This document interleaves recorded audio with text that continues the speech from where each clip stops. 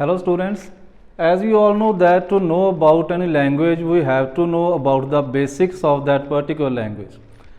Today we are going to start tenses that are the basics of English language. If we want to know about English language, we have to know about tenses. There are three type of tenses: present, past and future. And further each type has more three types. Thus there are 12 type of tenses. Present tense, four types are in present tense: present indefinite, present continuous, present perfect and present perfect continuous. After that, past tense, past indefinite, past continuous, past perfect, and fourth is past perfect continuous. And third type is future tense. In future tense there are also four types: future indefinite, future continuous, future perfect and future perfect continuous. And now we are going to do one by one these 12 type of tenses. First is present indefinite. In present indefinite we use first form of verb plus s or es, and to convert this tense in negative and into interrogative we use do or does. We use this tense when we talk about any habit in present time and with any repeated action. ਅਸੀਂ ਇਸ tens ਨੂੰ ਕਦੋਂ use ਕਰਦੇ ਹਾਂ? ਜਦ ਅਸੀਂ ਕਿਸੇ habit ਬਾਰੇ ਗੱਲ ਕਰਦੇ ਹਾਂ ਜਾਂ ਕਿਸੇ ਹੈਬਿਟ ਬਾਰੇ ਜਾਂ ਕਿਸੇ ਰਿਪੀਟਡ ਐਕਸ਼ਨ ਬਾਰੇ ਜੋ ਕੀ ਹੈ ਵਾਰ-ਵਾਰ ਰਿਪੀਟ ਹੋ ਰਿਹਾ ਹੈ. There are some example. For example, Mukesh goes to bed at 10 PM. Mukesh 10 ਵਜੇ ਸੌਣ ਦੇ ਲਈ ਜਾਂਦਾ ਹੈ. ਇਹ ਕੀ ਹੈ? ਜਿਵੇਂ ਤੁਹਾਨੂੰ ਪਤਾ ਲੱਗ ਰਿਹਾ ਹੈ ਕਿ ਇਹ ਹੈਬਿਟ ਹੈ ਇੱਕ, ਹਰ ਰੋਜ਼ ਉਹ ਕਿੰਨੇ ਵਜੇ ਜਾਂਦਾ ਹੈ? 10 ਵਜੇ ਸੌਣ ਦੇ ਲਈ ਜਾਂਦਾ ਹੈ. ਤਾਂ ਇਸ ਸੈਂਟੈਂਸ ਨੂੰ ਅਸੀਂ ਕਿਵੇਂ ਲਿਖਾਂਗੇ? ਇਸ ਤਰ੍ਹਾਂ ਦੀ ਕੋਈ ਗੱਲ ਹੋਵੇ ਤਾਂ ਅਸੀਂ ਉਸ ਨੂੰ ਪ੍ਰੈਜ਼ੈਂਟ ਇੰਡੈਫੀਨਿਟ ਵਿੱਚ ਲਿਖਾਂਗੇ. He takes tea without sugar, it is also a habit. ਤਾਂ ਹੈਬਿਟ ਦੀ ਗੱਲ ਕਰ ਰਹੇ ਹਾਂ, ਜਦੋਂ ਉਹ ਚਾਹ ਪੀਂਦਾ ਹੈ, ਬਿਨਾਂ ਸ਼ੂਗਰ ਤੋਂ ਚਾਹ ਪੀਂਦਾ ਹੈ, ਇਹ ਵੀ ਇੱਕ ਹੈਬਿਟ ਹੈ. ਤਾਂ ਇਸ ਨੂੰ ਵੀ ਅਸੀਂ ਪ੍ਰੈਜ਼ੈਂਟ ਇੰਡੈਫੀਨਿਟ ਵਿੱਚ ਲਿਖਾਂਗੇ. ਹੀ ਰੀਡਸ ਅ ਨਿਊਜ਼ਪੇਪਰ ਐਵਰੀ ਡੇ, ਉਹ ਇੱਕ ਨਿਊਜ਼ਪੇਪਰ ਹਰ ਰੋਜ਼ ਪੜ੍ਹਦਾ ਹੈ. ਇਸ ਤੋਂ ਸਾਨੂੰ ਕੀ ਕਲੀਅਰ ਹੋ ਰਿਹਾ ਹੈ ਕਿ ਇਹ ਇੱਕ ਰਿਪੀਟਡ ਐਕਸ਼ਨ ਹੈ. ਐਵਰੀ ਡੇ, ਹਰ ਰੋਜ਼ ਪੜ੍ਹਦਾ ਹੈ.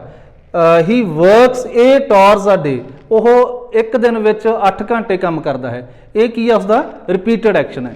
ਤਾਂ ਜਿਵੇਂ ਕਿ ਮੈਂ ਤੁਹਾਨੂੰ ਦੱਸਿਆ ਕਿ ਰਿਪੀਟਡ ਐਕਸ਼ਨ ਦੇ ਲਈ ਅਸੀਂ ਕੀ ਯੂਜ਼ ਕਰਦੇ ਹਾਂ? Present indefinite. After that, to express permanent activity ਔਰ ਯੂਨੀਵਰਸਲ ਟਰੁੱਥ.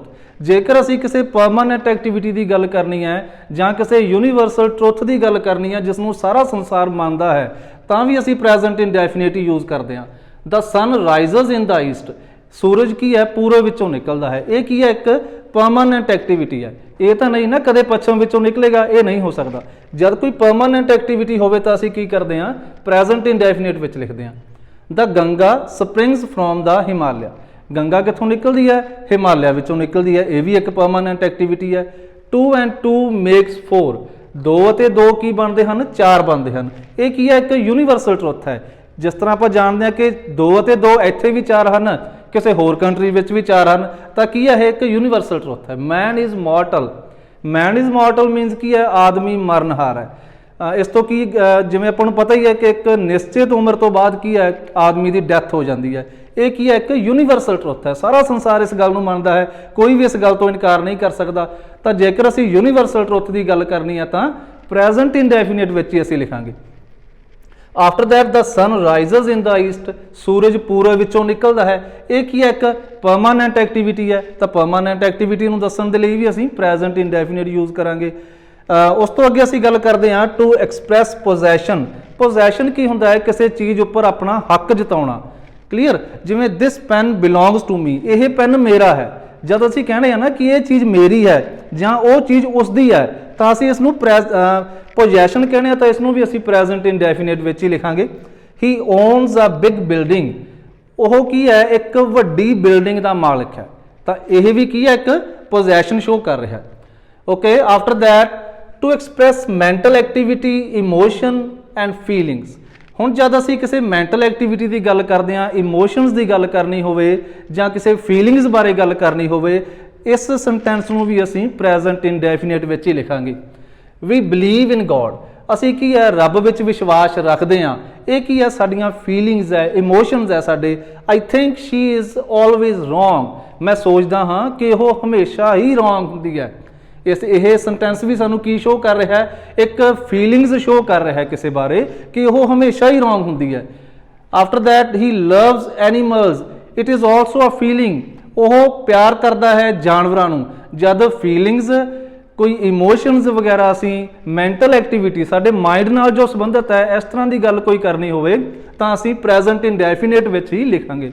हुण जिन्ने भी आपां ये कीते उपर कि कित्थे कित्थे असी प्रेजेंट इंडेफिनेट यूज़ करते हैं, जिवें कोई रिपीटेड एक्शन हो गया, मैंटल एक्टिविटी, इमोशनस, फीलिंग्स, जां कोई परमानेंट एक्टिविटी हो गई, यूनीवर्सल ट्रुथ हो गया, जिन्ने भी आपां पढ़े तुहानूं ये माइंड विच रखने पैणगे तां कि तुसीं जद भी कोई इन्हां विषयां दे नाल कोई रिलेटेड कोई भी गल आवे तां तुसीं उसनूं प्रेजेंट इंडेफिनेट विच ही लिखोगे।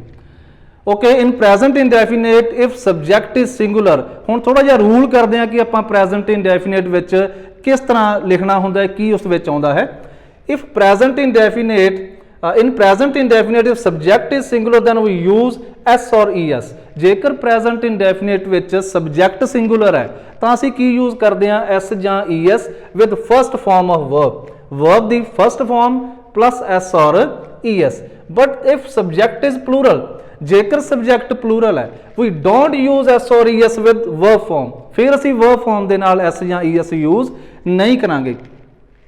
ਇੱਥੇ ਤੁਹਾਨੂੰ ਮੈਂ ਇਹ ਵੀ ਦੱਸ ਦੇਵਾਂ ਕਿ ਸਿੰਗੂਲਰ ਸਬਜੈਕਟ ਕਿਹੜੇ ਹੁੰਦੇ ਆ ਜਿਨ੍ਹਾਂ ਨਾਲ ਆਪਾਂ ਐਸ ਜਾਂ ਈਐਸ ਲਗਾਉਣੀ ਹੈ, ਤੇ ਪਲੂਰਲ ਸਬਜੈਕਟ ਕਿਹੜੇ ਹੁੰਦੇ ਆ ਜਿਸ ਨਾਲ ਅਸੀਂ ਐਸ ਜਾਂ ਈਐਸ ਨਹੀਂ ਲਗਾਵਾਂਗੇ। ਹੀ, ਸ਼ੀ, ਇਟ ਔਰ ਐਨੀ ਵਨ ਪਰਸਨਸ, ਐਨੀਮਲਸ ਔਰ ਐਨੀ ਥਿੰਗਸ ਨੇਮ।